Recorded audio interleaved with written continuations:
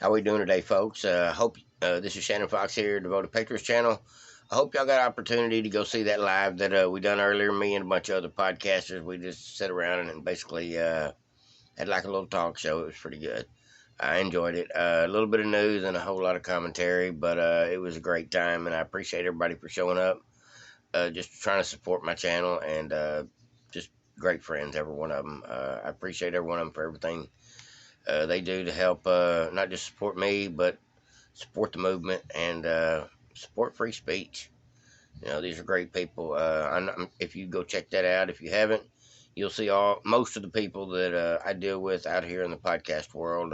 Just as we collaborate, whether it be stories or working together or hunting down people to get interviews with, it's a great team. That's all I can say. And best part is it grows all the time. That's what makes me glad, really proud. One of the things that makes me proud to be a part of it. But let me go ahead and get into some news. You know, there's a lot going on with this Russia thing and this Ukraine thing, and I'm afraid to even have any comment at this point. It looks like we're sending some more money to them. Hopefully, we send it in the form of weapons directly, because I don't think cash money can do you much good in a war zone. But I don't know how you get things in and out of Kiev at this point where they need it most without opposition. The logistics of it are crazy. Seems like they should have handled, if they were going to help Kiev, they should have done it months ago, weeks ago, days ago. And that's my opinion. I think one of these countries has got a socialist mentality that's probably done some horrendous things. And then you've got Putin on the other side, who is not much better. He's communist and got his own issues with tyranny as well. And so, I mean, there is no good guy when it comes to governments over there, obviously. They're both not winners, at least as far as I'm concerned. But the people is where really the sadness comes in from. It's the tragedy of people's homes and livelihoods and lives being destroyed behind tyrants fighting over power. And whether it be Putin's fault or something that happened in Ukraine that Putin couldn't tolerate another minute. I'm not going to get into it because there's so much information out there. I don't know what to believe, and that's the God's honest truth about that situation. But it is heartbreaking. I do watch it from both sides. I watch the left side, I watch the right side, and then I watch the other right side. It's like there's now two different conservative opinions about what exactly is going on over there. So I don't know what to think, be honest. Enough about that. I just want to pray for those people that are in a war zone today, and they didn't ask for that. They didn't expect it. And I'm just glad to see they're standing up and saying, we're not going to take it, no matter what. That's a good thing. Now, as far as laboratories and things going on over there, that's bad business. I honestly think Ukraine is a lot like Mexico, one of those countries that you can get away with cooking drugs and having laboratories to do God knows what without any regulation and experimentation and pollution. And there's a lot of things you can get away with in other countries, and smuggling and money laundering and people enslavement and trafficking. There's a lot of things that go on in this country, but are easier to hide in other countries. And Ukraine has always, from all the reading I've ever done, Ukraine has always been one of those places where this kind of stuff happens. They're like Mexico in that way. There's so many people at the top of the food chain corrupt that it's easy to do business with them. That's why people like the Bidens and the Pelosi's and the Kerrys seem to do business over there. It's all somehow linked together, and I think may have a little bit to do with what's currently going on. Who knows? It may take years for us to figure out the truth of the matter of what really happened at this time. What's going on today. It may take us, like the Durham probe, years later to go, oh, okay, now we see what really happened. But at any rate, let me get into a little bit of news.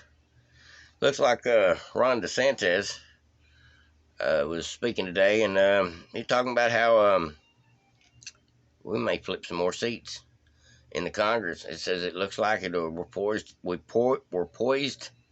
to do it. And we're talking about battleground counties in Florida.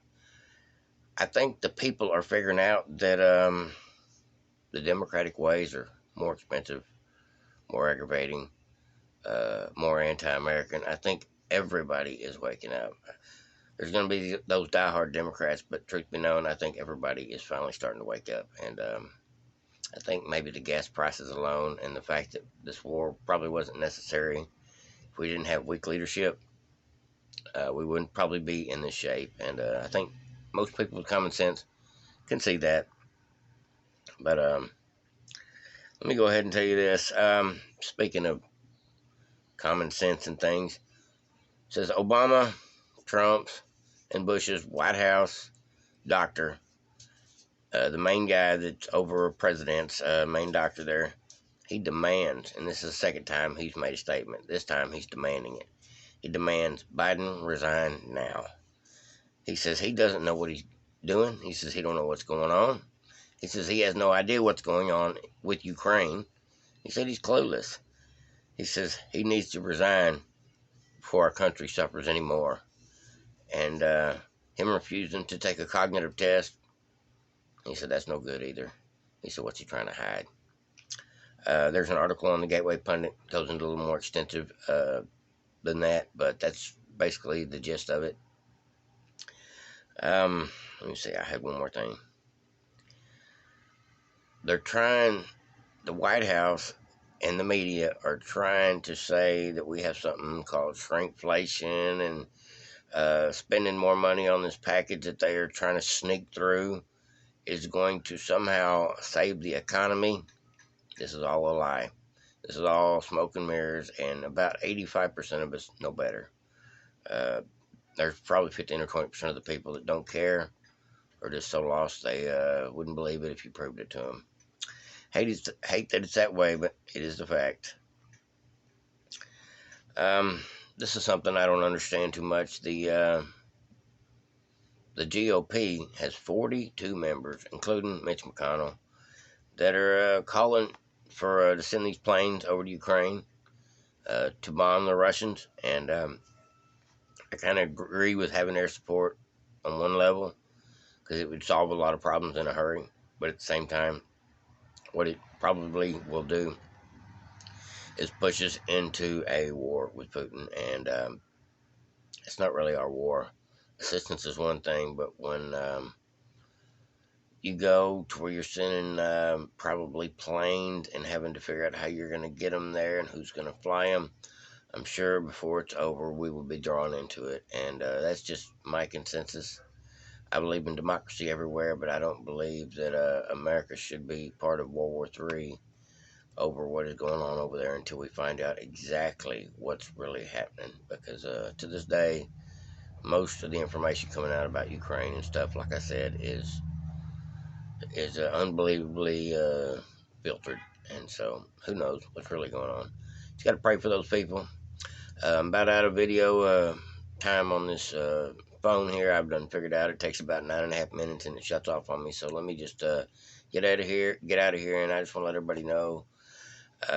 Thank you for coming to the channel. Thank you for subscribing to this new place. Like I said, I'll be back at the other place as well, off and on, but certain things I just won't talk about over there anymore.